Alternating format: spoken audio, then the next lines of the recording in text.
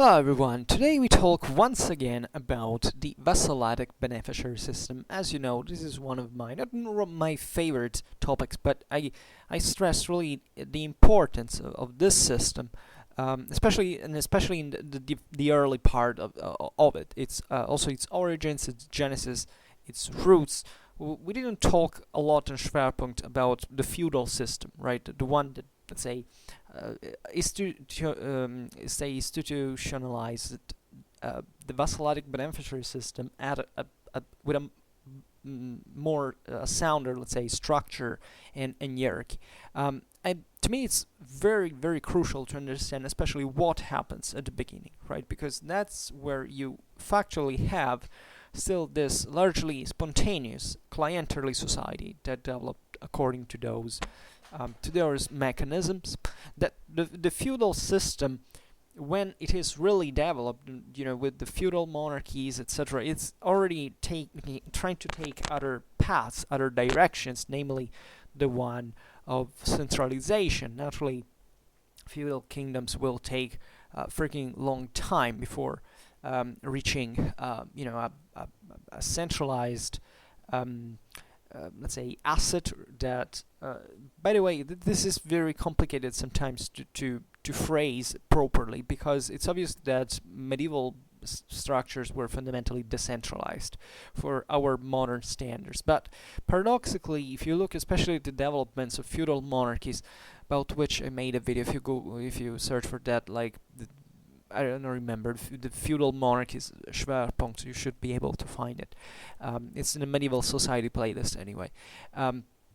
They, albeit decentralized in name, they kind of managed to form a core of power. Like the feudal system paradoxically became a gluing factor, a sort of a built-up system, the conglomeration of powers that, albeit deeply intertwined and intersected in this decentralized fashion, were to make up the base for further centralization. So that will be seen, especially starting from the 14th century. But also in here, it's very difficult to find a moment, right? Always bearing in mind that basically every single society, historically speaking, in order to be such as a political group, had to have a minimal amount of centralization, right? Even the war bands of warriors during the migration era had a form of centralization, namely, the fact that the chieftain redistributed the loot and all this stuff. So being dogmatic relatively to the term is usually something that let's say that we tend to do for modernistic prejudices in many ways, and I don't want to get further with this, but always bear in mind that definitions do not have to become dictatorial without actually dogmatic, let's say, doctrinal, without accepting other alternatives, because actually the Middle Ages is a very useful training tool for understanding really far beyond those systems. I guess that for someone who studied the Middle Ages on a regular base, it's evident how sometimes if you come from more of a modern or contemporary interests or backgrounds, you tend to say, oh well, but the Middle Ages was just everything, like it was a chaos without any authority, everything was... This is completely false to anyone who at least knows something about medieval politics, law, society, forms of organizational forms of various kinds. These are relative terms, and they have to be understood like that. When you start to judge them instead in kind of absolute ways, well, that's a mistake, and that's basically a general rule, if not law, if we really want to get on a philosophical plan, because at the end of the day, everything is approximate. Like when you talk about history, that's always the case. There is never a definition that fits properly, so there's always being someone who say, okay, well, I don't like the phraseology, the lexicon you use, because I'm used to use something else, right? But as long as the contents are, it's like the term Byzantine. Like, everybody knows that it doesn't mean anything, basically.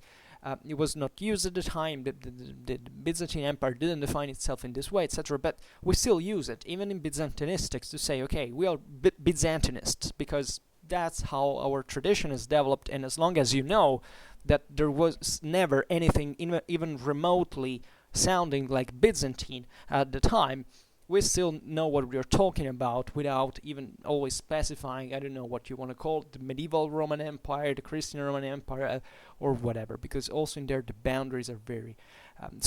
and it's very fashionable, especially among people who are, new, that they are new adepts to historical studies, to say, well, you can't use even the word feudal, right? You use the word feudal. This means that you then don't have an updated bibliography. We still keep using feudal, and there is a reason why. And feudal means something very specific. And I don't care what people think about it, as long as we define it and we are able to do with it without particular problems, because it's always also a matter of communication and understanding. If you start attacking people on which words they use and not how they use them, like, that's a serious problem, because there is no depth, there is no criticism behind it. It's just dogmatism, and you can't make history like that. However, today I would like to talk about the Vassalatic-Beneficiary system in this phase between, let's say, the 9th and the 11th century, mostly. Even if we will actually reach the 13th century with the Libri Feodorum, etc. But this is the key moment, especially between the 9th and the 10th century.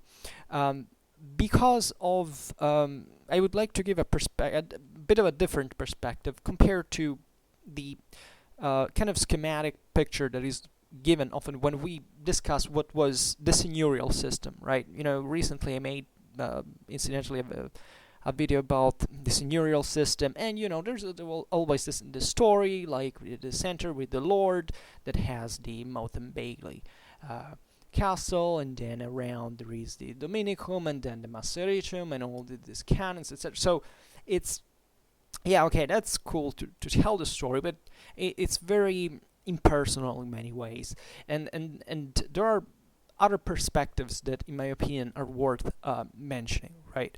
So because in many ways, in fact, history is made of words rather than things, right? Meaning the story as a narration. Therefore, let's try to expand on that a little bit. So, in the reality which we are dealing in this moment of gestation, but also of definition and application of what we call the Vassalatic-Beneficiary system, that is about, in fact, between the 9th and the 10th century especially, the social and civil system that was born from the destructuration of the Royal Carolingian organization, Carolingian royal organization, and from the necessity to respond to the fragmentation of central powers and to the dangers, both internal, always bear in mind, but also external. So it was founded on a wide and open experimentation of a wide plurality of relations, right?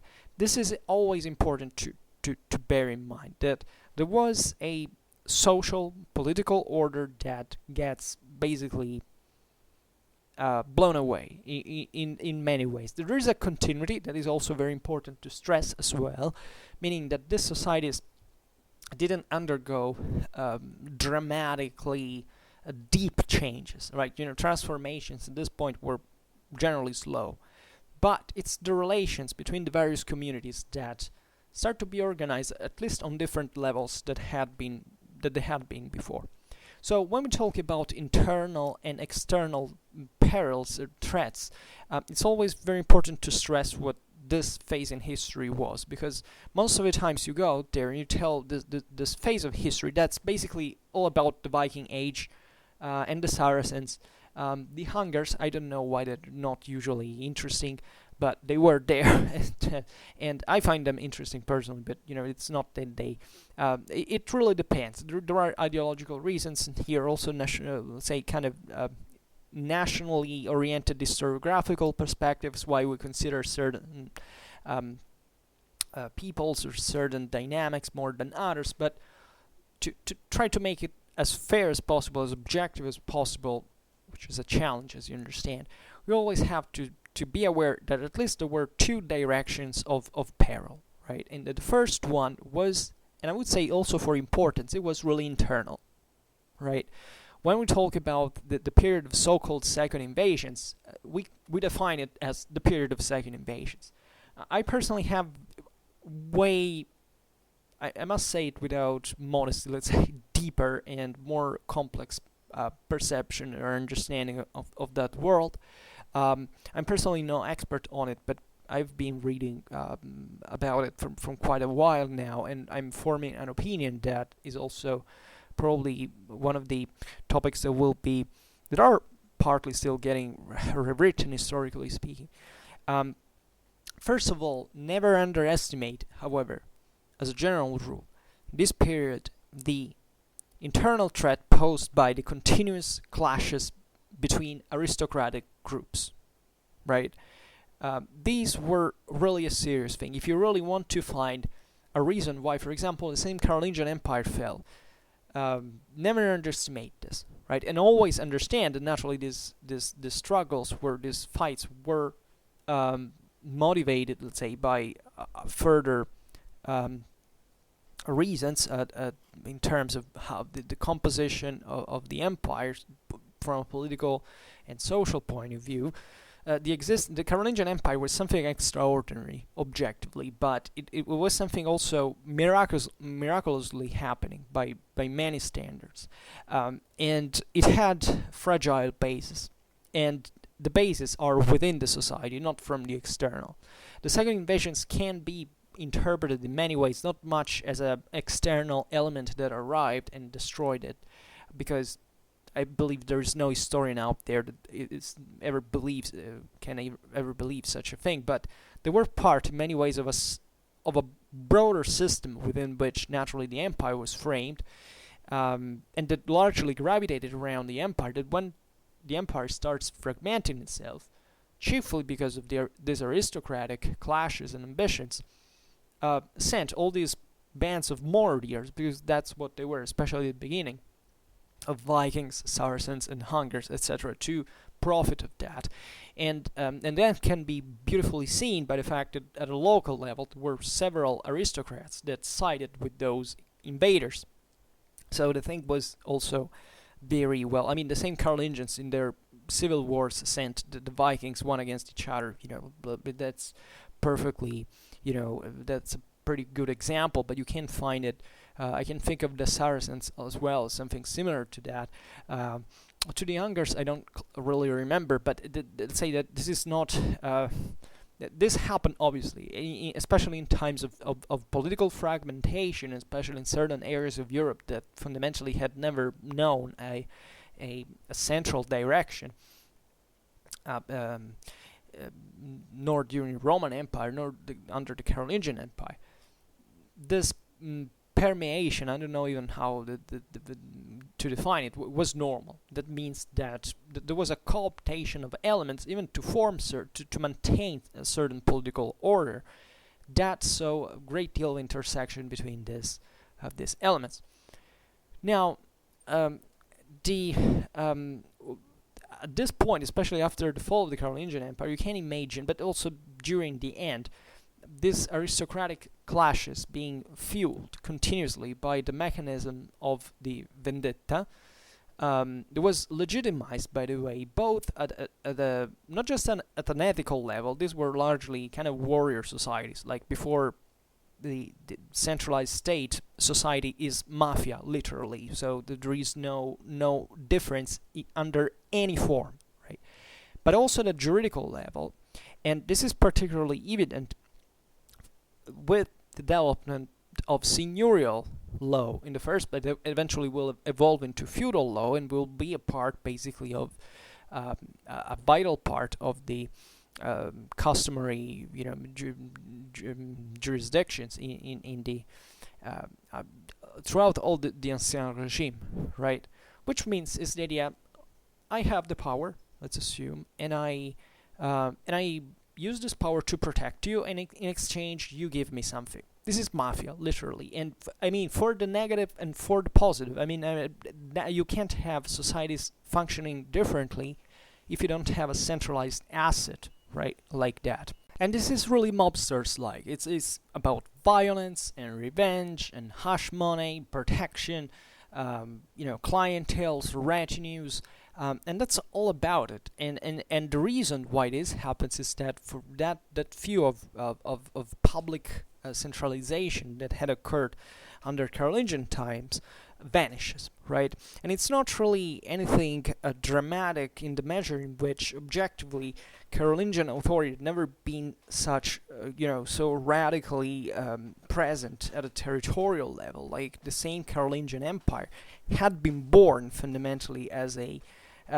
big clientele, right? Especially from a military point of view, and that had been the only way, in fact, an empire like that could be founded, especially in regions of Central Europe that are never basically known at that point, or at least had completely lost a statal orientation, right? During migration here were areas that fundamentally had completely different forms of organization. So in many ways it came back to normal, right? And we don't have to be impressed by that. So very often when we look at empires like the Roman one or the Carolingian one, everybody gets upset because they ended. But they were a miracle. The fact it was a miracle that they existed in the first place, and that people should be amazed, much more amazed by that, and admire them for what they were capable to achieve. But reverting back, this was the reality at this point. Then there were naturally external threats, right? The so-called barbarian incursions, whatever you want to call them, the second invasions.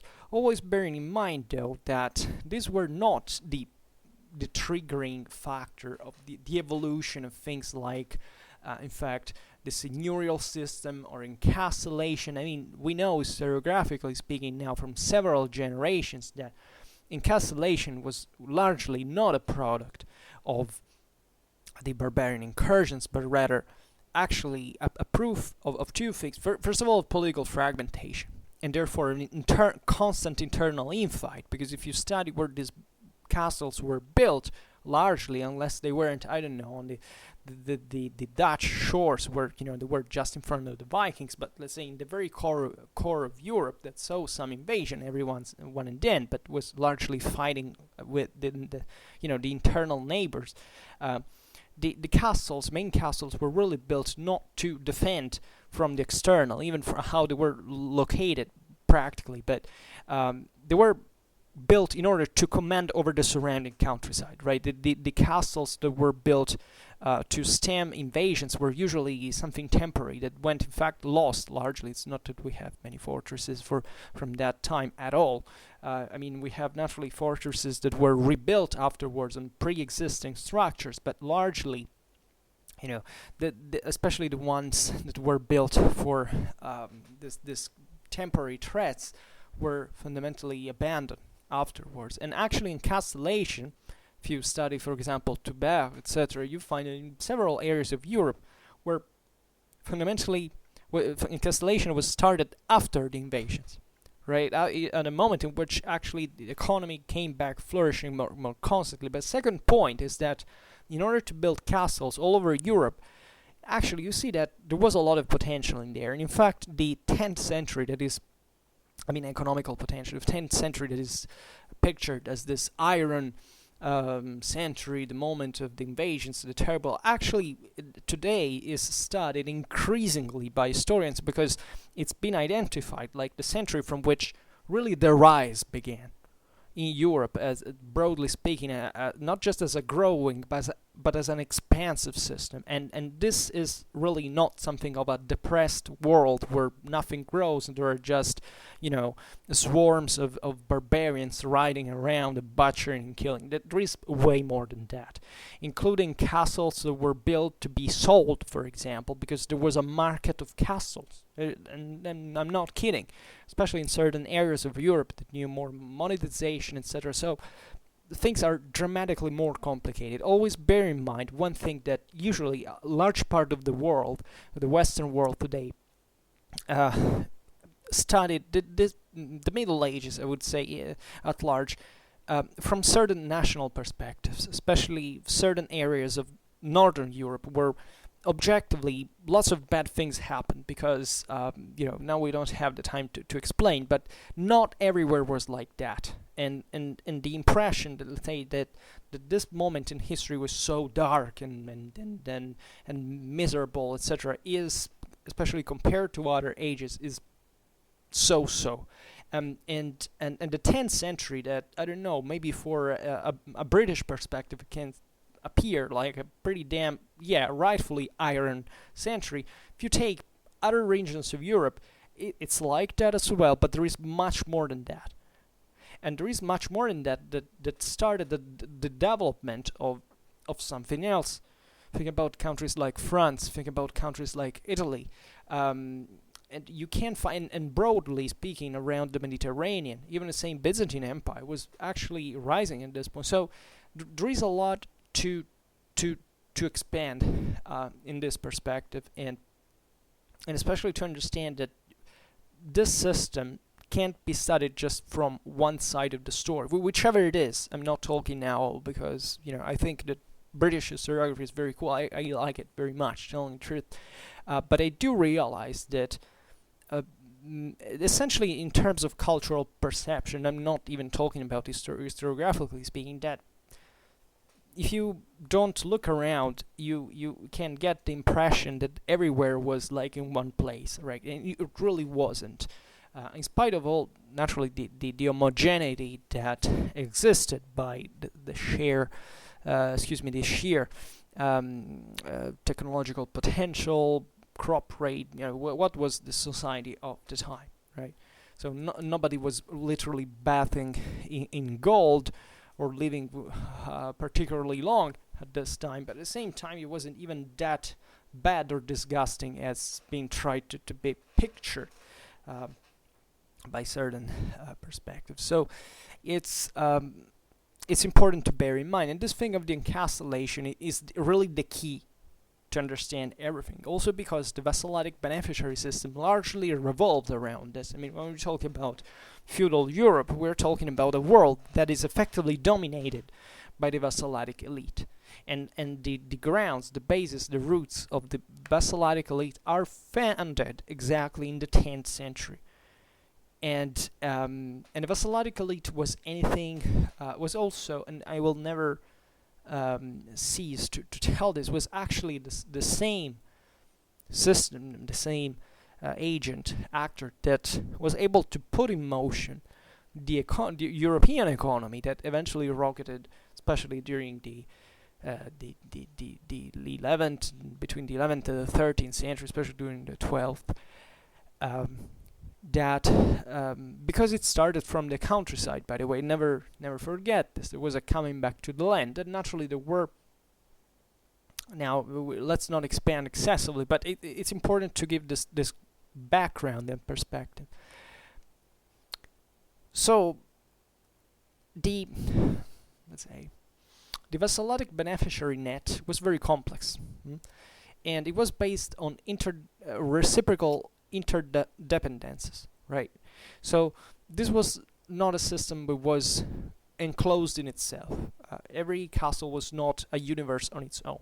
It was connected with the rest, right? This was the old prejudice dating back to, I don't know even when, but still Pirenne believed in this, that essentially, the courtly, the seigneurial economy was closed, that it didn't put anything in motion, so that randomly one day some merchant starts to get on the march and to make the magic working, and Europe starts building cathedrals once again. It didn't happen like that.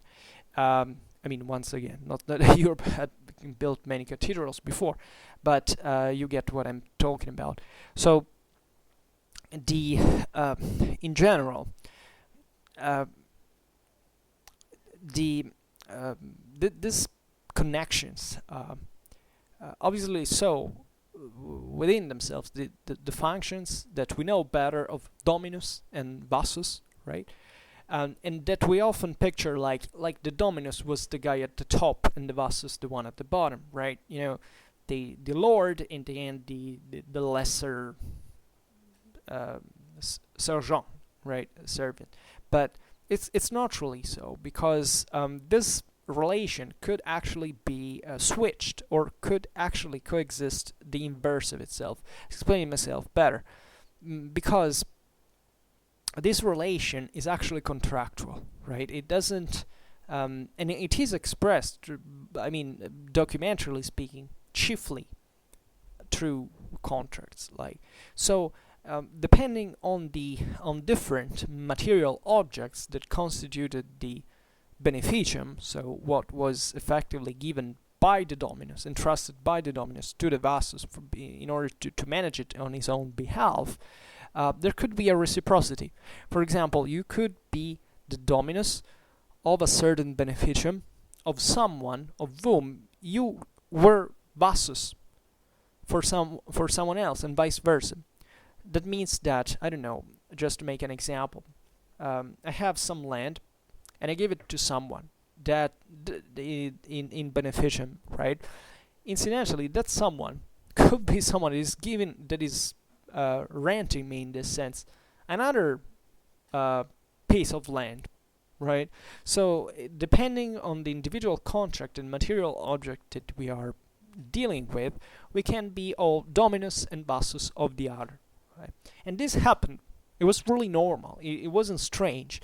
And part of the reason why you don't usually hear this perspective, you always look at the feudal pyramid, like the guy at the top, and and then the vassals and the knights, is that we have gotten, in fact, this very schematic and structural and inflexible view, especially of the origins of the seigneurial.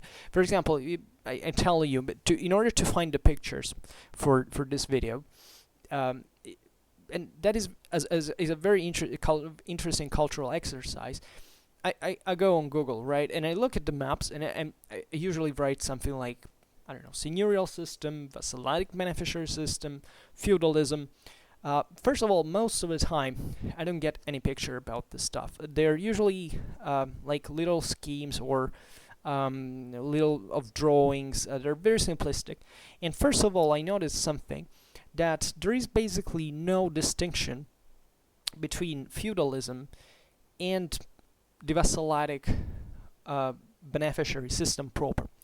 I mean, it's not that it's an excessive difference. We have seen just before that things can get very blurred, but I mean, they did correspond to different phases of evolution of this system. From this perspective, it's as if you got to a point at which you could see the medieval times like just a flat land, right, where nothing ever happened. It was that kind of hierarchy, and it remained static until someone didn't venture in the age of exploration. Something else started, different types of economies. It wasn't like that at all. But secondly, it suffers of this preconception that fundamentally this was a system formed by a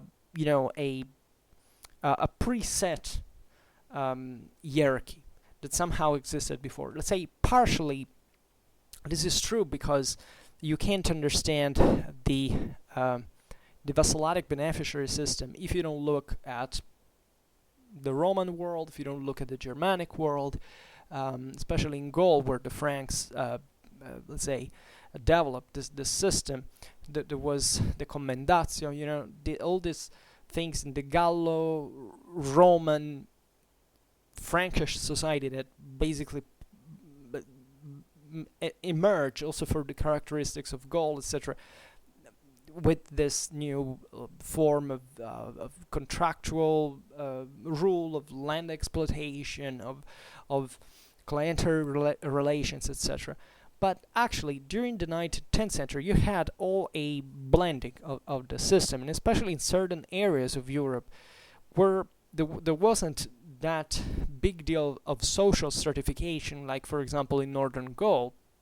You instead find that these clienteles were sometimes very, very fluid, and it's very, very difficult to see into this something like, for example, a pyramid, right? I usually sometimes, when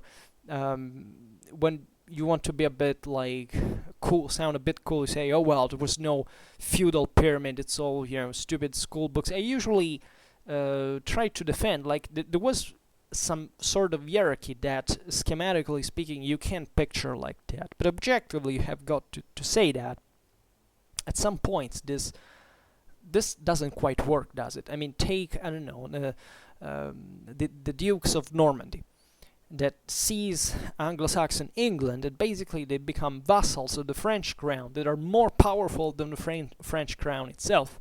Where's the hierarchy there? Right? There was a feudal hierarchy, interestingly enough, so that as Dukes of Normandy, the Normans really were vassals of the French king, but as kings of England, well, that changed a bit the ratios of strength. Well, this example already gives you a brilliant example of the different levels of how this could happen, but this seems still to be like at a high level of hierarchy. But there are certain regions of Europe, for example, if you take Germany or Italy, where the vassalatic, since we're talking essentially about post-Carolingian kingdoms, right? I'm talking chiefly about France, Germany, and Italy to make you picture what Carolingian Europe had been about.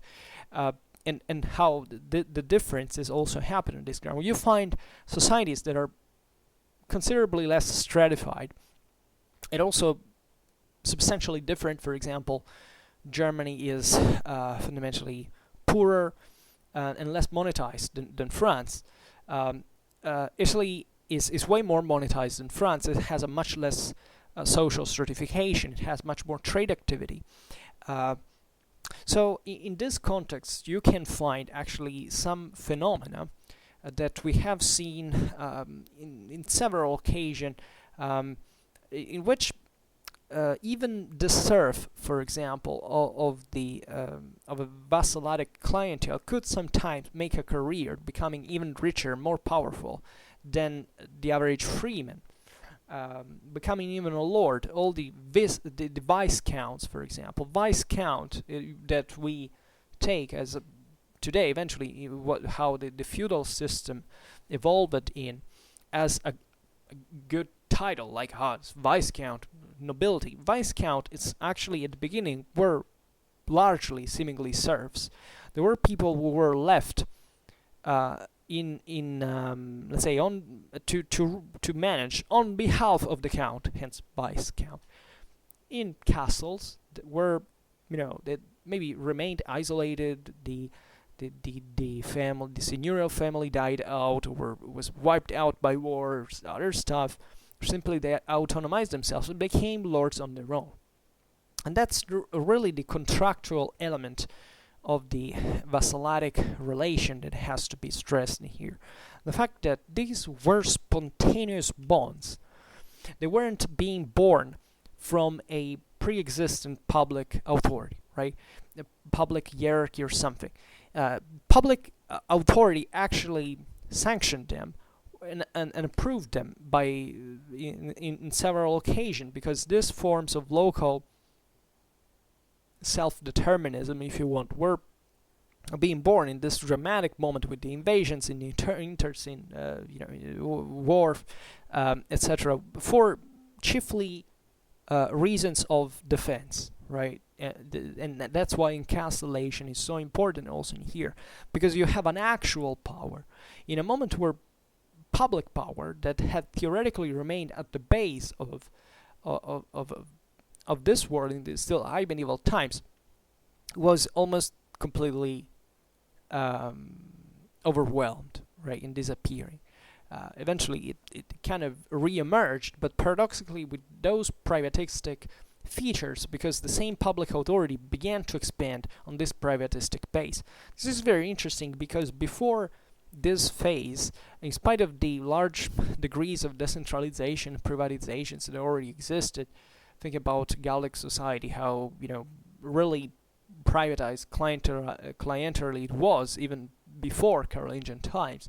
Well, the idea of the public authority deriving either from the emperor, in the case of the Romans, but also in there the emperor had to be elected by the Roman people, either from the Germans that considered in fact the assemblies, those who had to rule, etc. Still so, the idea of a public power. Well, from the High Middle Ages you start this not disappearing but being cited overwhelmingly by other figures, other authorities, like that were real, right? That they weren't such because they were named after a title, right? They were powers on their own because they had power, they had force, they had political and military strength.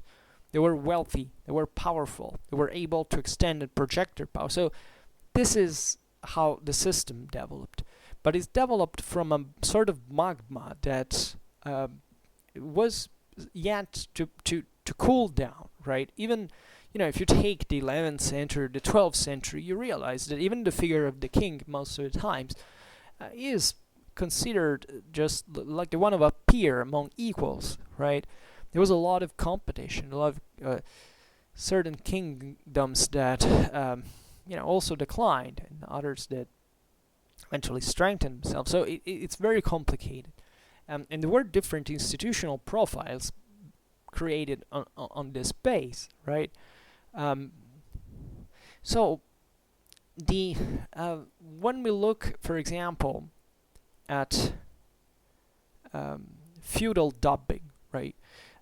This one didn't quite give the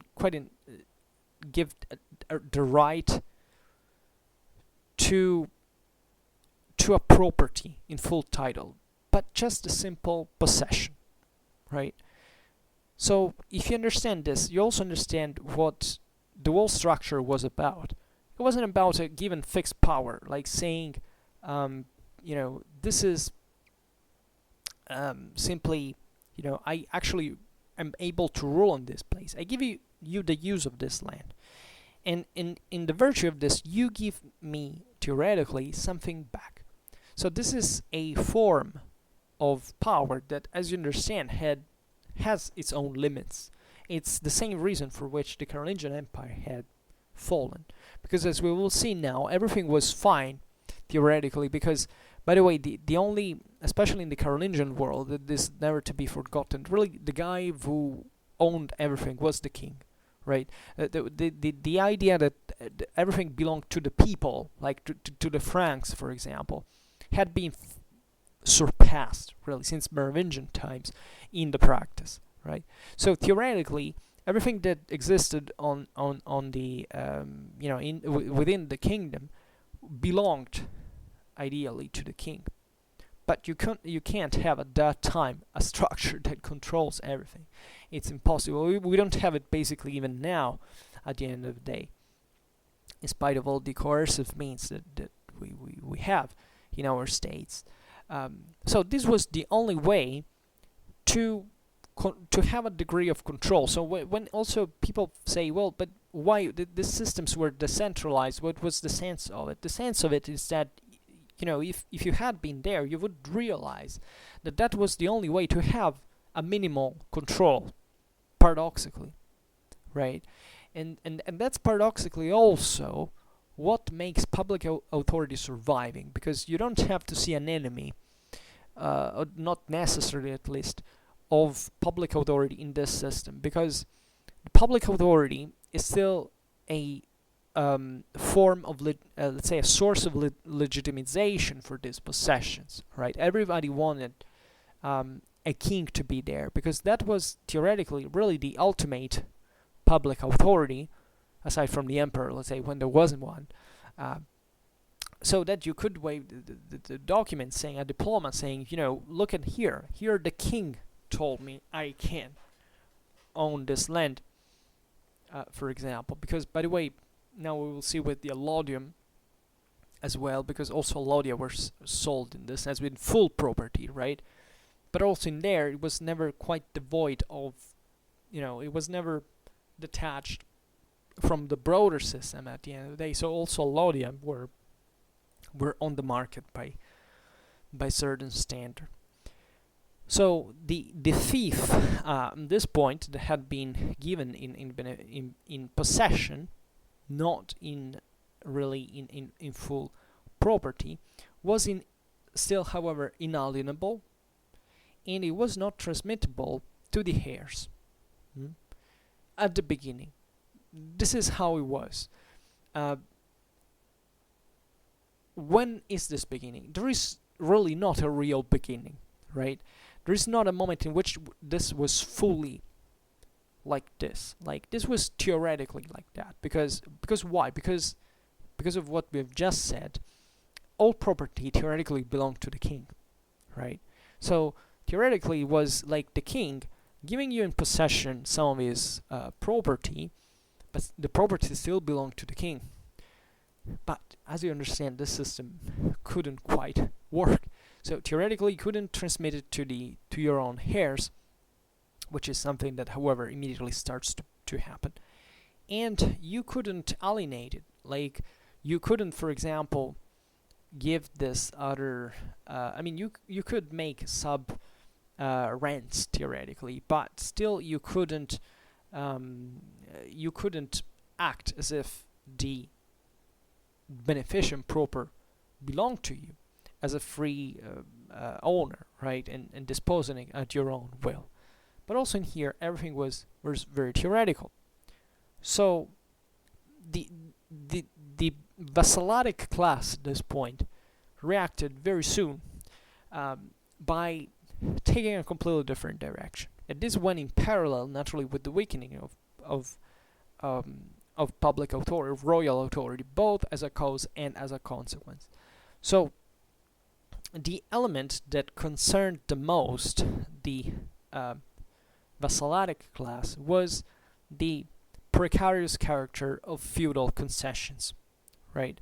Because these were strictly tied to the act of to the oath of fealty, like this homage that had to be rendered, therefore, at a personal level, to the dominus. So, because this contract entailed, as we have seen, that the beneficium could be revoked, right? And especially that this beneficium could not, for example, be transmitted hereditarily.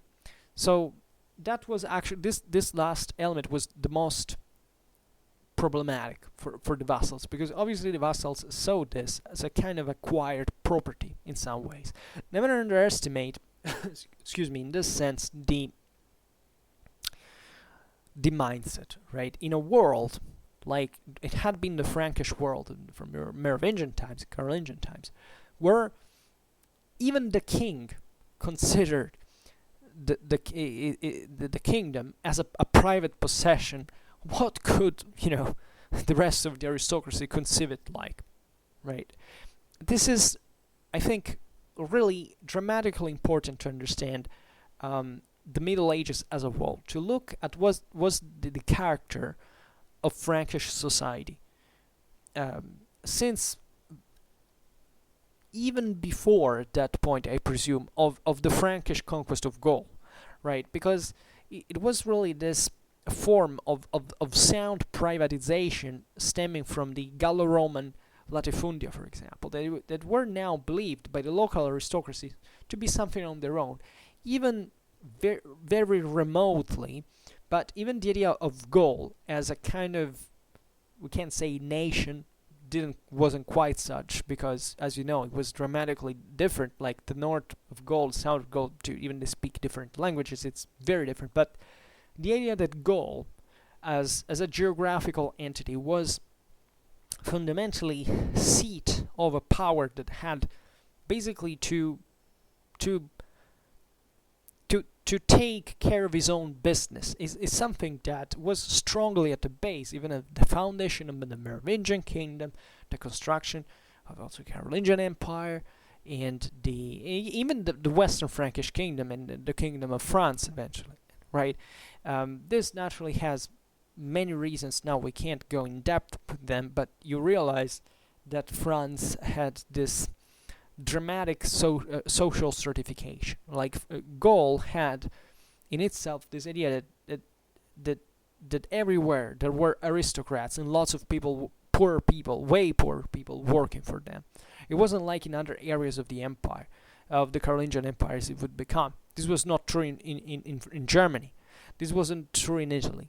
And it's interesting because when the Franks conquered these areas, they import there those forms, right?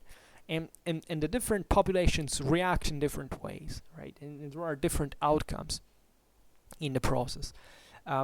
Nevertheless, the Frankish system, let's say the Vassalatic-Beneficiary system, wins, right? It's something that it works. It's feasible, especially in the lack of a consistent public authority, right? Because if you have a state that is strong enough to say, okay, you know what, here I own everything, like, and it can even give you something in concession, but then you have to give it back because I have the force to take it back from you. Well, then you can reverse this process. In a world like post-Carolingian times where there is no center, right? So there is a center for as many castles there are, right? Obviously there are seigneuries that have several castles under their control, but in general, right? This idea of that you have to restart from the base, it's obvious that this system gets profitably replicated. And this is fueled naturally also by the further social stratification deriving from war, right? Europe between the 9th and 10th century objectively didn't fare very well. There was a lot of war, there was a lot of there was a lot of expansion on the base of this broader organization. Even it is true, but it was still a very hard moment. And as it always happens, it's the middle classes that suffered this, so that they shift towards the bottom of society. And while the elites become increasingly more elites, right? And that's why you have, for example, even the rise of knighthood in this sense. Because you have military professionals now that in order to fight the way they do, they have to own an enormous amount of wealth, like an unprecedented amount of wealth that never existed in Europe, like with that concentration in the hands of so few people, right? Because and you would have not had medieval knighthood without that. And that's something you can observe in the even in technical evolution of the knight at the time. Right? It becomes increasingly heavier and more professionalized, and etc. So this is really what transforms society in that direction, right? So there is let's say a change in the concept of what hereditarity should be, because the reason of the norm stood from the side of the domini that entrusted the fief to the vassals, in the conscience that theoretically there was a pretty close cohesion of the familia of the time, right? Here I stress the Latin term because it's important. You know, the family intended as this broader clientele, right? Families in the Middle Ages are not like our own nuclear families. Like the family, like in the ancient world, medieval world, and up to actually a very few, centuries ago, was an extended group, was a sort of clanic society. It means that there were several family, what we mean family nuclei, and some of them that share the same name, but they also were very distant, right? They were a corporative form of organization. That's why I was talking about the mafia before, because it's literally it. I mean, it's like, even if you consider the guilds, they're basically certain communities that have already that mind about their own thing, their own business within themselves, and as long as the authorities accept them, they're fine, right?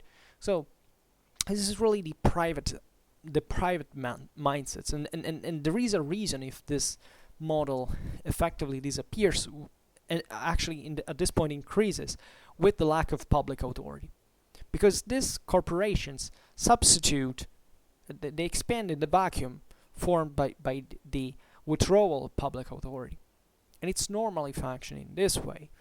So when you think at decentralization, you have to conceive it like that. The general metus hostilis was so strong at the time that having a common aim among these clans was something gluing enough to make these groups, these clans, these families sticking together. So the idea is that if you entrust your beneficium to one of your clansmen, well, you can expect fealty from them theoretically, because they are on your same boat, right? Then you also perfectly understand how these clans could split up, right? And how there could be a disparity, etc. And this is something that, in fact, during the seigneurial times is being reinforced, for example, by the tendency through patrimonial strategies to, for example, concentrate the property and the wealth of the usually the head of the family only through one channel, one line of the firstborn son, right? All the cadets that will form even the militia that will ideally left for the crusades, etc. What were these guys? Were those who weren't given much from their father, because the idea was maintaining wealth concentrated into a single line without dispersing it, and that had happened because, incidentally, it had started to happen. I mean, this dispersion had started to happen before, so they had to cope with that, and that is in some ways even that's the form to also to maintain the clan united, right? And don't think that it was so spontaneous at the time, because by law, individualistically speaking, take the Germanic law, but also Roman law, theoretically, everybody is, the male sons at least, were to inherit equally. And some of them didn't accept this transition. They said, "Why am I an idiot that I don't get my part, my share?" And ironically enough, this had been the reason why, for example, the Merovingian kingdom by the 7th century didn't exist anymore, because at every generation, every son of the king wanted their own share at the death of his father. And this meant that, warfare among brothers. That's why in the Merovingian world you find this kind of, like even children massacred just because they belonged to that lineage, so that they couldn't inherit, right? These terrible things that continue in the Carolingian Empire. What does the Carolingian? A big factor in the collapse of the Carolingian Empire was this mindset that every king didn't quite want to. I mean, every king's son didn't want to get a smaller piece of empire than his brothers had. And incidentally, the Carolingians were some of the first ones to try to stem this, meaning to form maybe smaller kingdoms and leaving the bigger chunks to maybe the legitimate sons, because, by the way, this society was also pretty out of control in terms of marriage was a formality, let's say. It was full of legitimate sons. Just think about, I don't know, Charles the Bald, actually, no, excuse me, the Bald, properly, that incidentally was to emanate, as we will see now, the capital of Quierzy-sur-Oise, that dealt also with this problem of hereditarity. So it's important to bear in mind, because it was so transversal in society, right? If you think that medieval kingdoms and empires were all alike in terms of internal strategies, power, property, that's not it, right?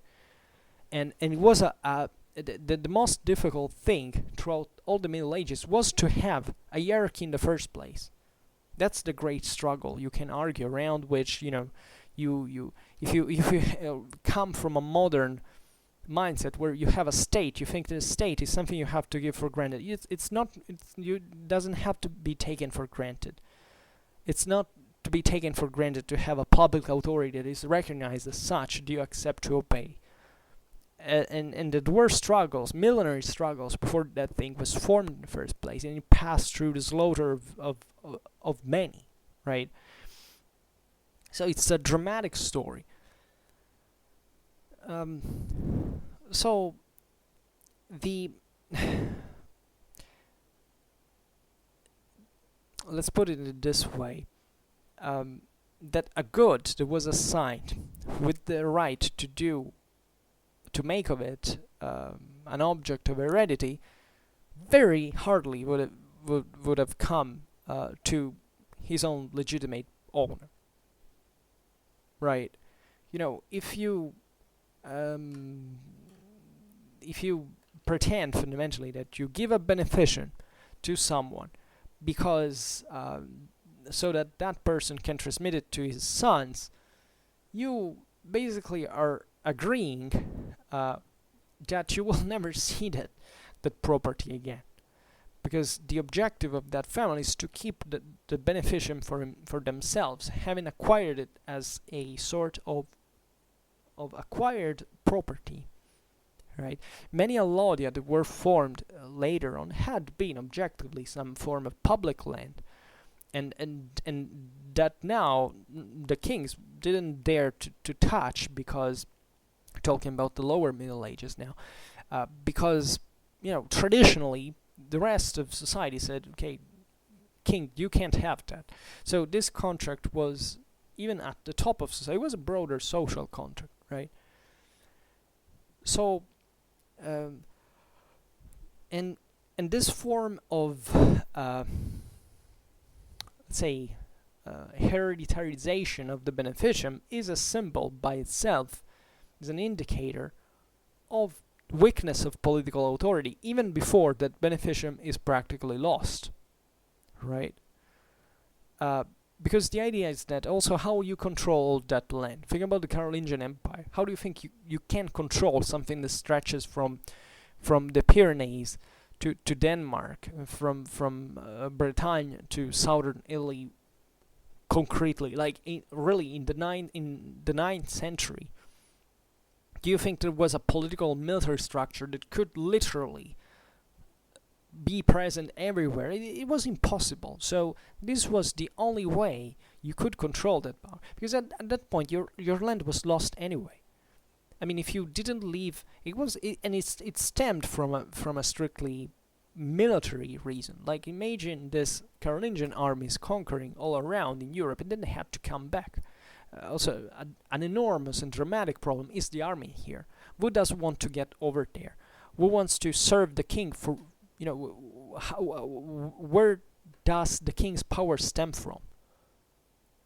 If you get, you know, the idea is that the king has this sacral aura. No, at this time it doesn't have it. Even if they try to push it, the concept is still that the substratum of European society says, who the hell are you to call yourself a king in the first place, right? Obviously, with the Carolingians, there are many steps forwards towards this, if anything, because an empire is formed, and the papacy basically legitimizes and all this thing, at least from a Western perspective, strictly Western perspective. But the point is that if you want to really control these lands, you have to leave someone there, and to make it remain him there. So even the problem of, for example, sending someone that has to take his own place at the moment, because usually the beneficia were given just like, you know, for a lifetime, right? And when the guy died, someone else went there. Naturally, the sons of this guy wanted to acquire this land.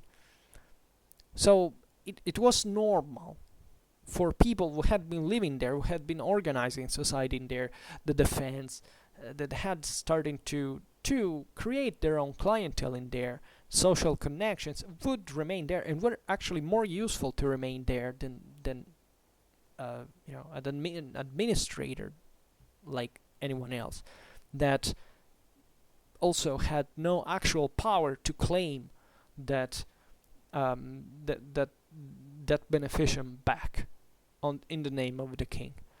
This is something that the Byzantines could do, for example, with the kind of statal structure that they still had, albeit even in there, it was a real challenge to really control the whole empire. There was a lot of decentralization also in there. There are actually very similar and comparable processes like that.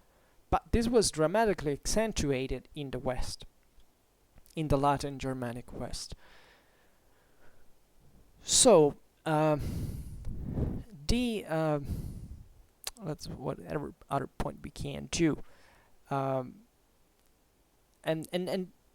as I was explaining before, is exactly for what we have just said, that that because of the cohesion of the family, that the clause of the non-transmittability to the heirs was unbearable.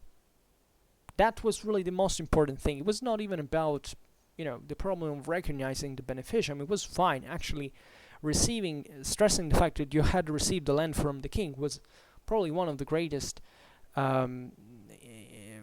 assets that you could have at the time, even when public authority was weak, because you had that right, and quite hardly someone could take it from you, right?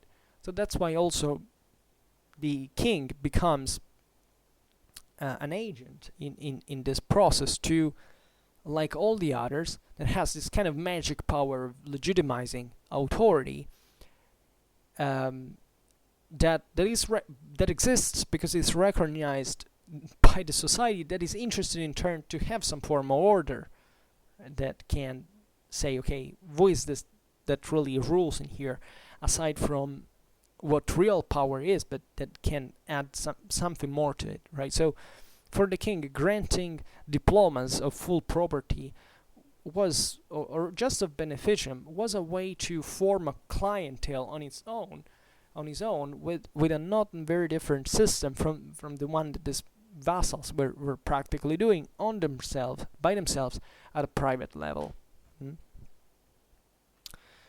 So, since the second half of the 9th century, the great feudatories start to acquire de facto the fiefs that were assigned to them, and also their relative jurisdictions, right? So now it's the crisis of the Carolingian Empire in itself, and part of this is the cause of, let's say, this is, as we were saying before, both the cause and the consequence of the crisis, right? That's where the emperor Charles the Bald, in the capitular emitted at Quierzy-sur-Oise in 877, grants the right to leave fiefs in heredity to the descendants, right? This is particularly important, right? Because this is the capitular of Quierzy is usually said that it started, that was for the larger fiefs. And it is true, it was directed chiefly to those, and that was naturally a political choice that makes you understand already by the end of the 9th century how disgregated actual political control from the side of the emperor in this case really was.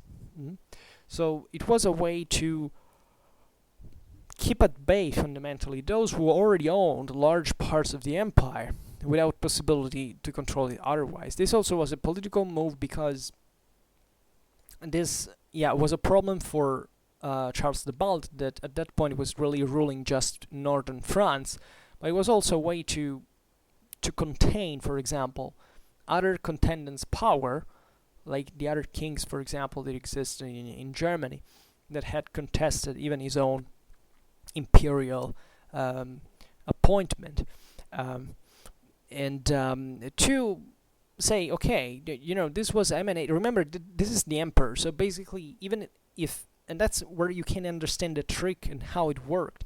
Here, Charles the Bald really didn't control much far from northern France, but as he was an emperor, so the absolute authority in theory throughout all the empire, this hereditarity of the fiefs was valid for everyone, for all the great feudatories of the empire. Here we're talking really about big feudatories, but this doesn't stop in here, because basically also the lesser feudatories start to emulate the system. And at that point, really, there was no way to halt it, because they were now completely on their own, right? If the emperor can't even control just you're not even half of the empire, you can't imagine what are minor vassals doing everywhere else. I mean, it's we have been reading. We've made a video on Charles the Bald, talking about the proliferation of castles in Francia at that time. Well, that was so evident. I mean, at that point, from the lower strata of society, this was completely uncontrollable, right? They tried to say, okay, well, yes, let's grant this decentralized acquired rights, but let's still make the thing working together, because let's say the Vikings are attacking us and it's a mess everywhere, so let's try to be united, but without a common aim, a common goal. When there was this hungry aristocracy that just wanted to carve his own space as much as they could, that they had now the opportunity to do, with the thanks to the same structures that had allowed them to exist in the first place. This had, and I would say, I would stress particularly the clienterly nature of this process. Like, it's not that there had ever been a real statal structure before.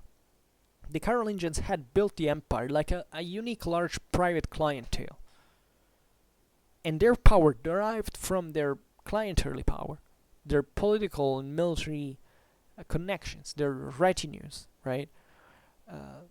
So, in other words, this was natural and somehow predictable. The Carolingians at one point had tried to, I mean, especially Charles the Great and Louis the Pious, that were kind of more enlightened figures, they realized that this system couldn't hold, so they tried some process of centralization. I mean, to get it started. They tried to emulate part of the Roman traditions from Southern Europe. They brought the church because the church couldn't inherit the fiefs. That was one of the reasons. The bishop, when he died, another bishop could be appointed. The other day we were talking about how the Ottonian Empire existed in the first place. It was thanks to the church. There was no other way at that point in the 10th century to build an empire without having this support. And the ecclesiastics were quite precious allies. This didn't happen only in Germany. It happened also in France, as we know. It happened in other places. So it's and there are all these strictly patrimonial dynamics in the background. It's really a matter of who owns and who controls directly the land, because at the end of the day, property at this time means the land. Right, there is some sort of monetary economy and trade and all, but it's virtually irrelevant compared to where the base of power was grounded in. Right. So, 160 years later, in 1037, you have another emperor, Conrad II, the Salian, that emanates. So, this point. It's from the German side.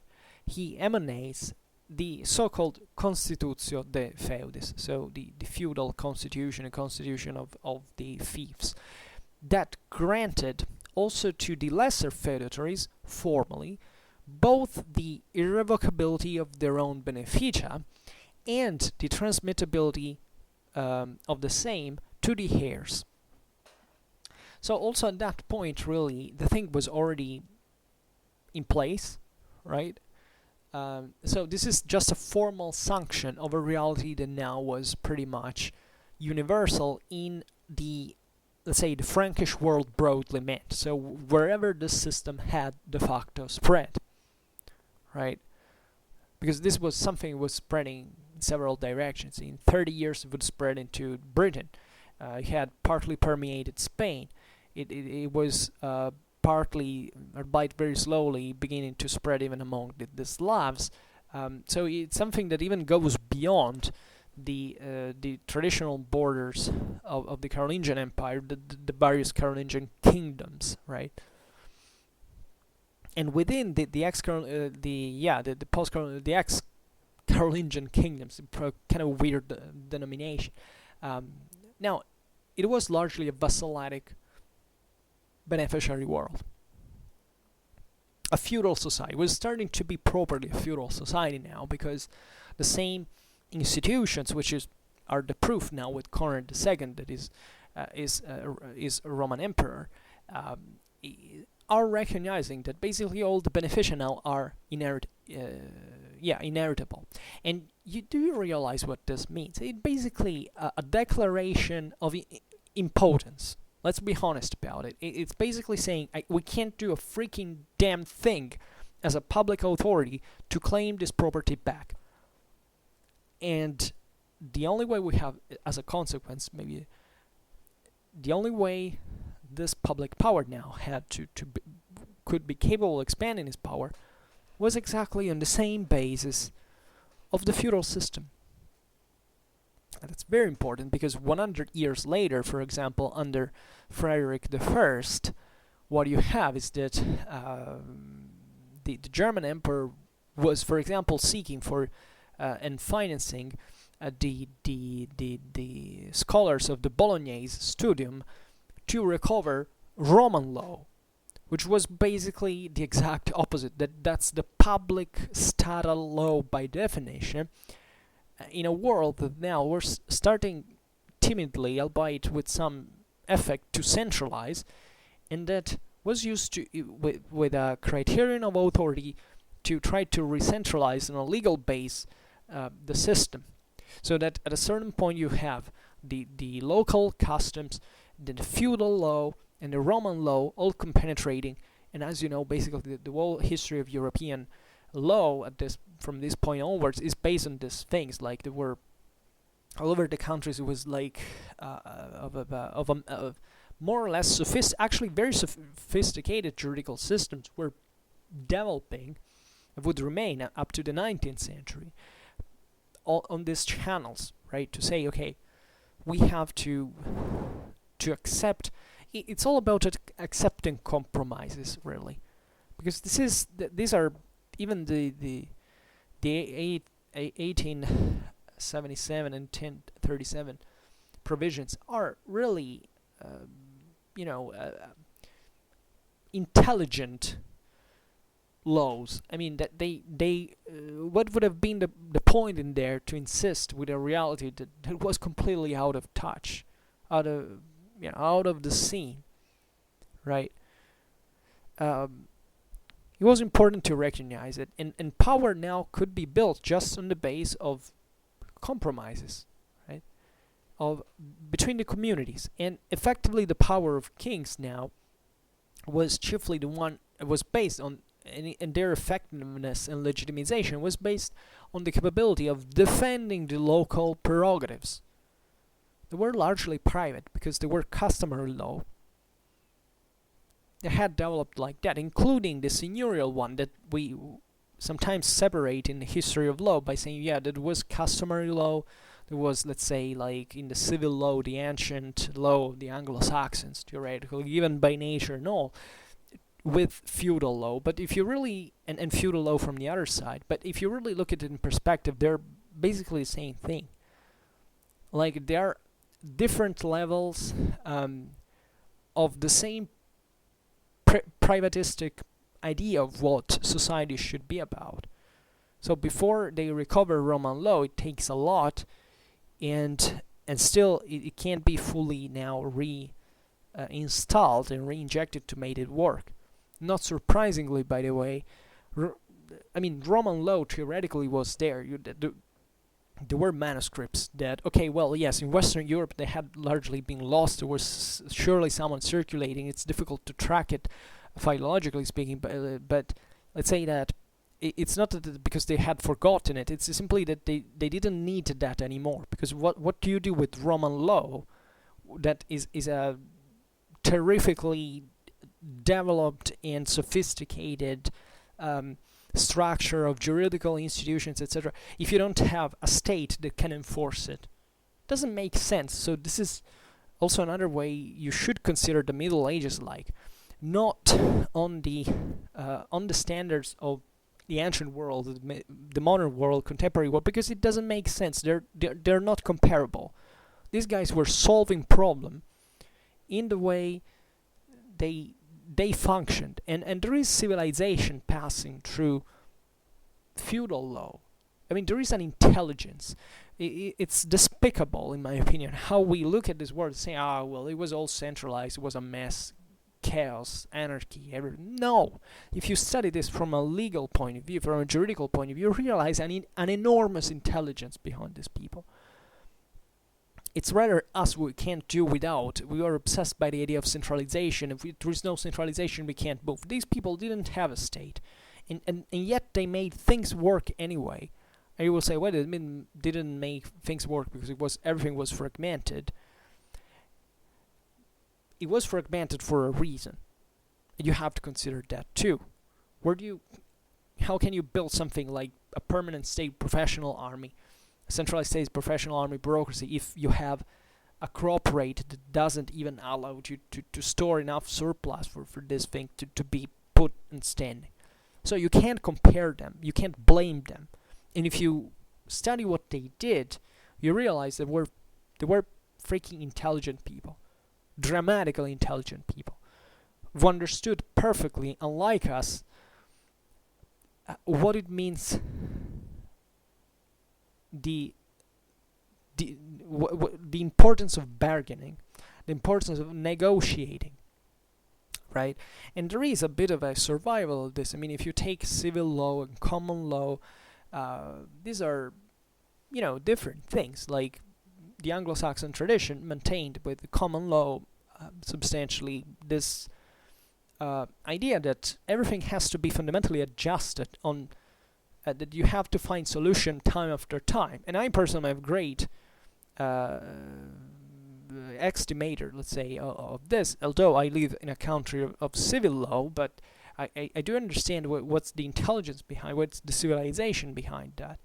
And I do realize that there are, there are limits, and let's say there are advantages and disadvantages both in common law and in civil law, but still they're a product of different realities that adapted themselves in a functional way, right? But whatever, this is maybe. So if you look at the provisions of the Quierzy-sur-Oise and the Constitutio de Feudis, you see that they both opened to, they paved the road essentially to the dissolution of the previous feudal system, right? Or better, of the Vassalatic-Beneficiary system proper. You have to get this transition between the two things, because in a way or another, the feudatories now were eventually obliged by other factors, chiefly the offensive of the cities and the need of money, of cash, to alienate their own fiefs, right? There is this big crisis from the end of the 10th into the 11th century and beyond, that, the cities began to make more money, to be more competitive, to be more aggressive, economically speaking. The seigneurial system is largely rurally based, so what happens is that there has to be some sort of dynamism if they wanted to survive as an elite. So what happens is that that the game of heredity finished, passing from a generation to another, to disperse the fiefs that initially were real solid entities, right, like conspicuous quantities, and expanding into a multitude of smaller and therefore weaker fiefs. This is important because the initial Vassalatic-Beneficiary system was really based on the counties, right? That there was a comes that controlled this district. It was basically the elementary unit of political and territorial organization into the empire, and it's something in Carolingian Empire, but it was really a Roman legacy. It was based on the cities and the dioceses, so it was something very ancient. So also in here there is a very complicated passage that maybe we skip because we don't have all the time in the world, at least I don't have. But you understand there's all a transformation in the process, the total fragmentation of the fiefs, because now they were basically sold in all the most different ways, because once they became private possessions and not public circumscriptions, they can be used in whichever way you want. So they become a tool like basically anything else, and they end up to be fragmented and all completely in this completely intricated net, which doesn't mean that the seigneurial power doesn't expand, but naturally this changes the nature of the fiefs and the vassalatic relations. So at a certain point in the 13th century there is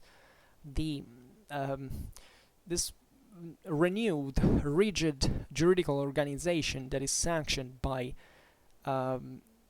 the texts known as the Libri Feudorum, so the books of the fiefs in Latin, that are born even actually outside of Europe, like still in the Frankish world, but their origin dates back in fact to this late regulamentation of feudal law started within the juridical system of the Frankish kingdom of Jerusalem,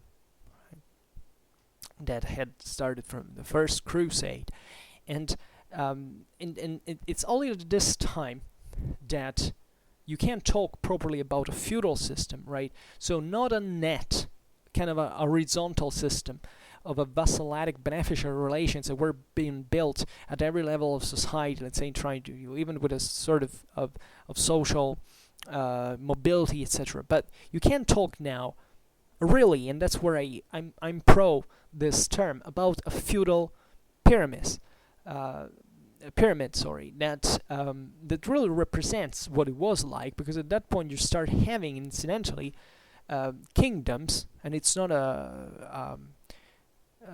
by chance, that are starting to centralize on their own. The 13th century is when the French, the Angevins, the papacy start building like bureaus, and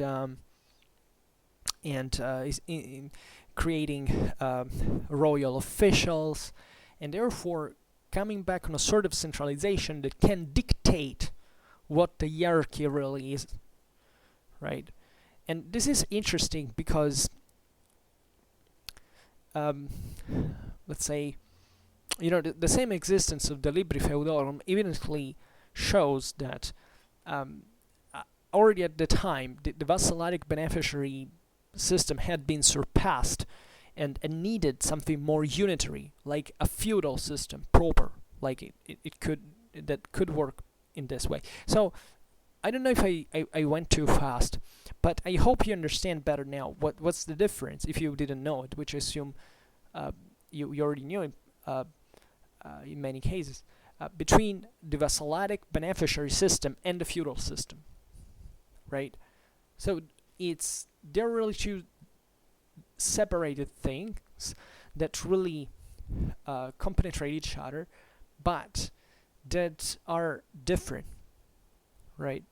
And in the process there is a dramatic stratification, hierarchization, verticization of society, right? So there is a great big shift from horizontal to vertical in these centuries. it's important when we talk about this phase in history, however, especially during the beginning, between the 9th and 10th century, that the European world was not completely framed within, let's say, exclusively framed within a Vassalatic-Beneficiary net, right? Because a bit everywhere, the old private property did survive. And the old private property was naturally tied to the free exercise of, of working the land but also to the duties that derived from public authority, also in here of Romano-Germanic origins, to arm themselves, right? As think about the ban, the levy, right? The Heerban. The idea of that the king could issue a general levy of the kingdom. If you were a free owner, you had to participate to the army, right? Naturally, with the transformation of feudal system, this basically evaporates, because at that point everything is so privatized, and the lower classes were so poor at that point, and naturally there was some sort of re-emergence, or say of power from the lower classes at some point, but it was very different from the original free owning, kind of theoretically isolated realities that lived out there without being framed without someone else's authority within the mob, right? The bigger mob, from the emperor to the local baron, right? That had to extend his longa manus all over the territory. So, and this made sense. I mean, obviously, the Heerban, the exercitus, as it was known in Latin as well, was a principle, a civil principle, for which if the territory was threatened, you had to defend it in arms. If you are a community and that's a pretty serious situation, you should be obliged to do that. So this free property was called allodium, right? So also in here, the allodium starts. I mean, semantically speaking, starts over time, especially in between this transformation between from Vassalatic beneficiary to feudal, to define a bit of different things, right? So, because initially the allodium is really this free property. You could really be a peasant with your family, and that's it. You have your land as a freeman from who knows when, because, by the way, consider what had been the migration era, all the problems, who knows how you came in possession of that land. Sometimes you basically had arrived there. Let's assume you were, I don't know, you were maybe a descendant of some Roman free peasant.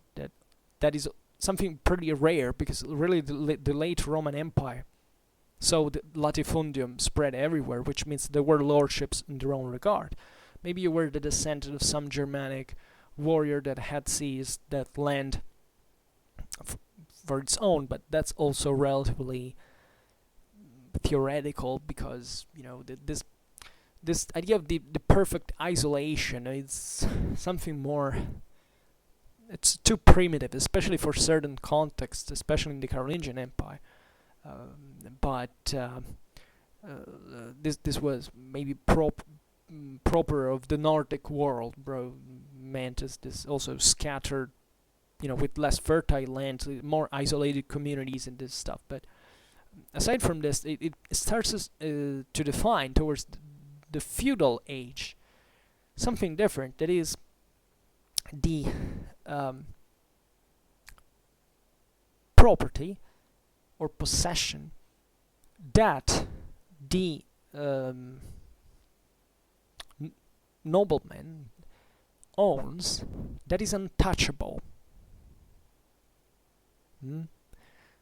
I'm not really obsessed with the mafia, but the idea, of the untouchables, that's really it. I mean, that's the idea, that there is theoretically a public power, right? And there are private owners, and theoretically everything should belong to the public at the end of the day, but there are certain things that can't be touched, which is also fair, because nobody wants his own property to be touched. But this means that basically not even the emperor, that is theoretically the absolute power on earth, can touch the allodium, right? For example, when Frederick Barbarossa quarrels with his cousin Henry the Lion of Saxony, at a certain point he, as you know, Henry the Lion gets exiled and his goods confiscated, but is actually rewarded. The allodia eventually come back into his hands, because that was so much against the traditions that, even an emperor that touched the allodium was considered like a threat to all power, and especially in a moment in which central power so relatively weak. It was not really a very clever political move to go to touch something was considered untouchable. Albeit, it was really not written anywhere that was untouchable, because these words came from traditions of Roman-Germanic origin that said that theoretically public authority could be present literally everywhere. It could dispose of literally everything, right? So it's interesting also to reflect how certain contemporary political and juridical traditions are influenced by how in different countries this thing developed. That's, for example, why the boundary between civil law and common law really stems from, and thus generate different institutions at the end of the day, different mindsets and different cultures. So if you wonder how certain things happen as well, they do emerge from contracts at the end of the day, because we are all living within a social contract, whether we like it or not. And in general, the life of the allodier, let's call it in this way, was not easy, right? Especially in the seigneurial, say in this first phase between the 9th to 10th century, the Vassalatic-Beneficiary period, if we can call it in this way. At this point, given the definition we have, the purely conventional definition we have given it here, had a very tough life, right? They could be, for all possible reasons, he could be obliged to flee from his own state of liberty, for example, freedom, because being free at the time also entailed many risks. Here the mob comes back into place, because for some was better to lose part of their freedom than to be, for example, undefended, militarily speaking. And the free peasant didn't have a war horse, and an armor, and didn't practice with weapons all the day long. So you can be the freeman, yeah, but what are you going to do with that freedom at the end of the day, if what you risk is just to be simply, subdued? Because, when that armored knight arrives and says, either this, you accept this my condition, or I kill you, well, chances are that you don't have many options at that point. So these are also the darker sides of how much freedom was lost. But always remember that in the gestation of the seigneurial system, really much of this process was consensual. Like when you have bands of marauders, foreign invaders, and etc., that swarm around, and what are your options, honestly? You want to be under someone who can protect you, and you have to pay for that protection. So that's why it's very difficult to distinguish a tribute from, or a canon from, hush money, because basically it's the same things, and this seigneuries evolved exactly in this fashion. So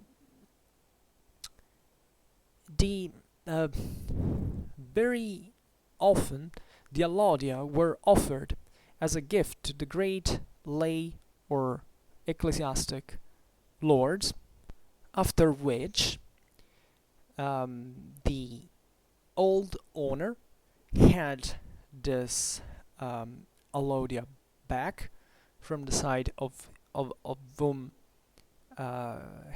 he had donated them to, but as a not as a laudium anymore, but as a beneficium, right? So this was the procedure through which you could put yourself legally under the of someone else's protection, right? In this seigneurial contract, basically. So in this case, we talk about oblated fief, that is offered fief, right? It could be very advantageous. Naturally, we see it as a kind of a, difficult, but it happened all the time. And it did happen also through a relation of force. It happens dramatically often throughout all history that, let's say, two enemies, for example, that at one point, say one is able to overthrow the other. Rather than get wiped out, they decide the weaker one decides to ally himself to the stronger one, so that they form a bond that at that point grants them not to be wiped out by others and to be stronger together. But with this internal imbalance that naturally eventually brings to disadvantages one of the sides, but that's still and that's how also seigneuries expanded. That's how powers were built. I mean, think about what the Kingdom of France was in the 10th century. Nothing. What it was in the 13th century. The largest power in Europe. How did it happen? Well, it happened all through this stuff, It's very fascinating, in fact, to study this even at a local level, localistic level, because you can understand so much of how this was the process, the product of so many different relations and extremely complicated ones. I mean, these were extremely complicated systems. So never think you're more intelligent than them when you're thinking about these periods, because you wouldn't know where to start at that point to build a seigneury on your own. And they would know it. And naturally this was a it formulated mindset, it shaped a mindset that was not so distant actually from us up to a few centuries ago, really. Because that's what the Ancien Regime was like, right? So until the end of the First World War, that basically we got rid of that system to pass to another one that is more fitting to our own society, more functional. But let's say it was built also on the base of this, because the modern state was built eventually also through that, right? Through a series of balances, of negotiations, of relations of this kind. So the feudal seigneury can be considered let's say a concretely juridical and productive outcome of the Vassalatic-Beneficiary system, right? It's really the it can be maybe confusing even trying to separate them so much, but I think you understand now what it means. The feudal system is probably the strengthening of these relations, the codification of these relations, and the jurisdiction, like the legislation proper of these relations, that they become a custom proper. And as we've seen, it wasn't much born as an economical contract. It was rather born more for the most immediate and urgent political and military problems, right?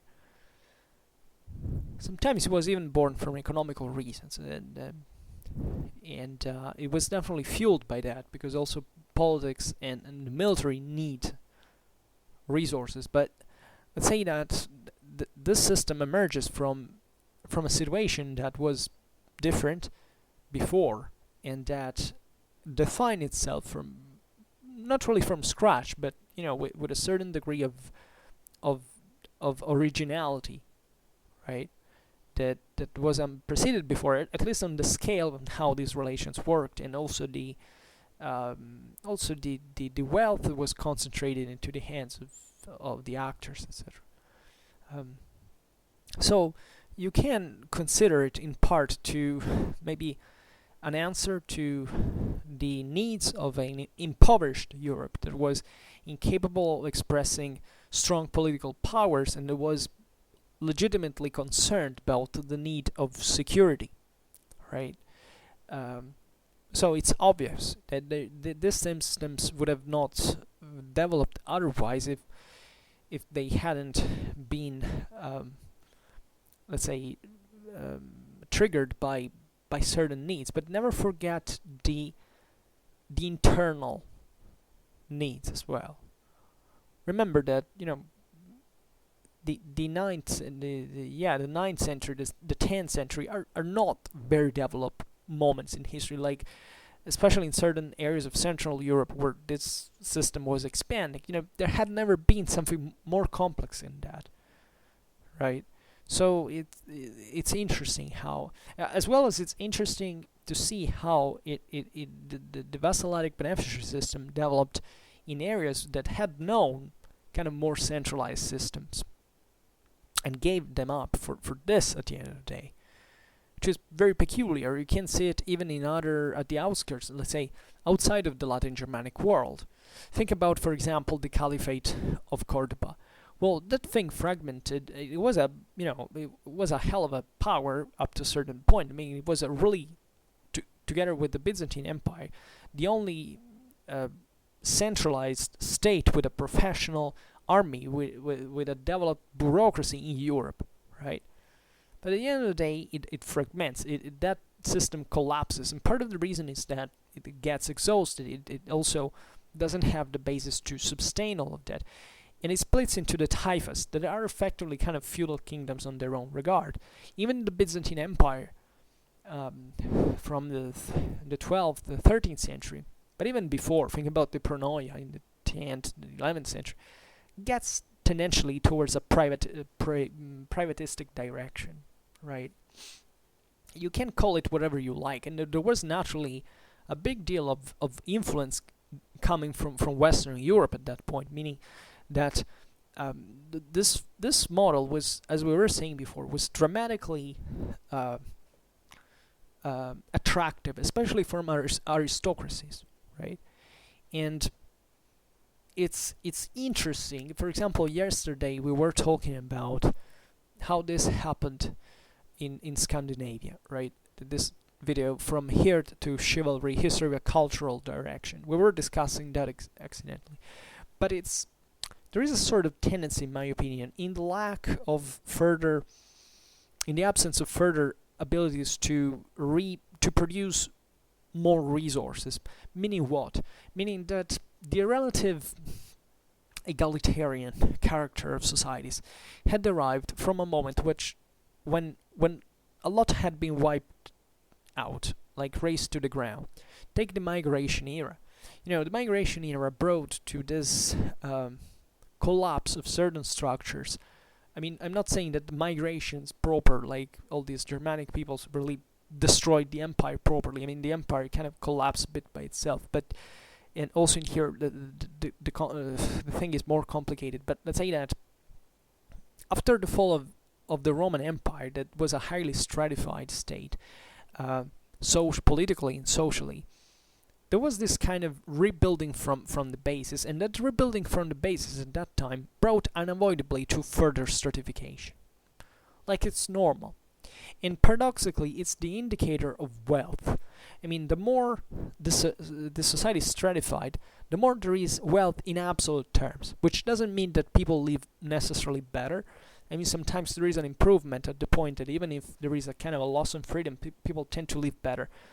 But it brings to progress as a whole Because at the end of the day, even as a modern contemporary societies, we do evolve from what happened in the Middle Ages. Because if it hadn't been that, and especially all this political fragmentation and constant competition, certain characters of what we call Western society at this point would have not been there objectively. We are different. You can't consider the ancient world as the point where at a certain point that where everything started, and then we went straight during the Middle Ages, because even things like the Renaissance, etc., are not a copy of the ancient world as they wish they had been. They are heavily and massively influenced by the Middle Ages in a much deeper, more critical, and more and sophisticated, refined way. We did get a lot from the Middle Ages right, in my opinion. In spite of all, not saying that it would be better to live in the Middle Ages now, but of course not. I love the Middle Ages so much, but it's exactly for this reason that I would never say something like that. But we have to recognize the inherent value to the ability. I want to stress this: the ability of negotiating, of bargaining. It seems now in a kind of absolutistic mindset we have lost. Today we just want people just to shut up. We don't even care about listening or trying to find a reasonable compromise. Even war is a kind of the most the quickest way you can get rid, hopefully, of problems, but it's not really the best solution most of the times. And we seem to be losing this idea, paradoxically, from a world that could teach us, in fact, this was a world of war, but it's exactly because it was a world of war that such bonds, such contracts were formulated. Because those people knew the price of violence, of war. They weren't insensitive to that. It wasn't a hubris-dominated world. These people, as I was saying before, were pretty damn rational and logical. If you really study the diplomas, the sentences, all these documents we have, they were damn smart and pretty just equitos. They had a pretty good understanding of how to solve problems, because they were confronted by real problems directly every day, unlike us, that we tend to delegate and to avert all the responsibilities we have, to say, okay, someone will take care of that. These people took care of themselves and knew better how the best ways to achieve it. Never underestimate it. So the feudal seigneury in general has assumed sort of promotional role of economy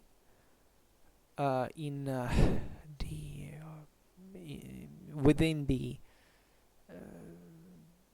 ancient system. I mean, part of the progress we were talking about before in terms of economical growth and expansion did pass through this seigneury.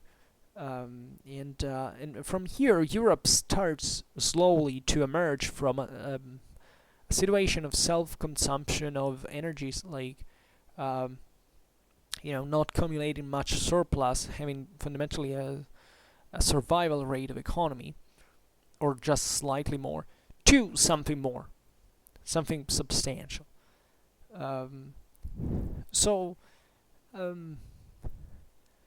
The two parts that made up the ancient Curtes, for example, that is the Dominica pars and the Massaricia pars.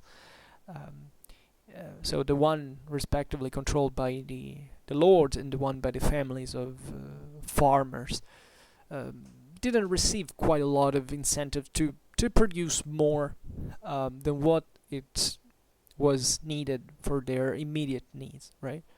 So central powers, as long as they could do it directly, that is up to the 9th century basically, demanded taxes, collected taxes, and they imposed military service. and they distributed prebends and benefits, etc.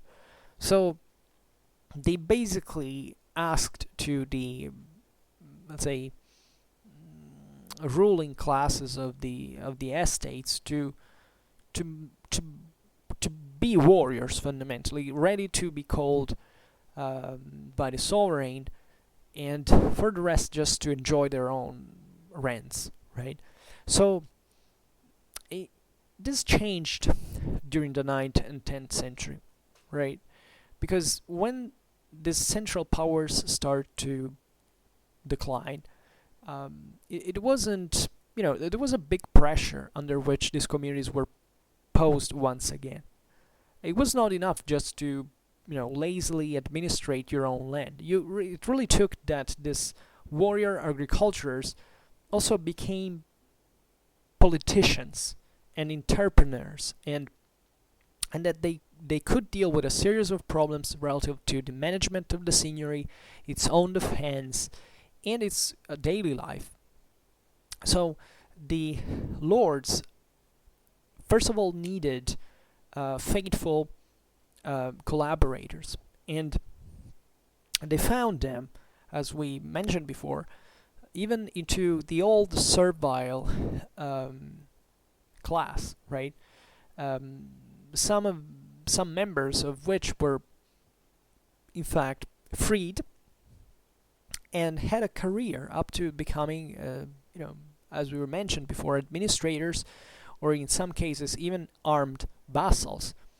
And that's where, for example, I made that video about the German ministeriales, right? The origins of the German ministeriales and the milites agrari, right? Germany is a bit of a particular world where, let's say, the Vassalatic-Beneficiary system has a bit of trouble to expand, to take root. But that's interesting as well, because it shows that still there was a need to really co-opt elements to render this system possible. So actually, even the pressure of the second invasions, etc., was a way to strengthen the system at its roots and in its structures. So since the 11th century, the lords also started, and also thanks to the spread, the ever more swirling spread of the new monetary economy that was incidentally triggered by their own markets, fundamentally the management of resources, of rationalization of production, etc. To need, however, in turn, this need of cash, right? Because at this point it was not enough to just rely on those incomes coming from the so-called consuetudines, right? The customs, there were the traditional tolls, etc., nor from the canons, from the rents of the farms, nor other forms of contribution, and by also the gifts that were provided by their own vassi and the subjects. So in many ways this world started to transition, as we were saying before, with the development of economy, right? With the expansion of economy and the rise of monetary of currency, that started to move now certain, let's say, static yet potentially profitable elements of economical elements of the seigneury, and paradoxically accelerating its own disgregation, but also transforming it in some ways and redefining it. Like, in fact, I don't know, going to live into the cities and entering in larger businesses and having different sources of activity, and so it's whatever. now maybe it's getting too long, but I hope I made my point in some ways or another. Sometimes I ramble and ramble about these topics because I like to explore them, but at the end of the day, there is a trait d'union, right? There is a line, there is a thread that connects them all, and that evolves into something that I want to think it was something better. Like, I know it's controversial because objectively feudalism brought to a crystallization of society, but at the same time, it's not necessarily true that what existed before was so better. Like, if this associational forms emerged in the first place, it's because there was a need, right? And problems existed in there, so you can't really say, well, you can't take them into consideration. The political and military needs were definitely very, very important. And this system reorganized itself eventually to expand. So even the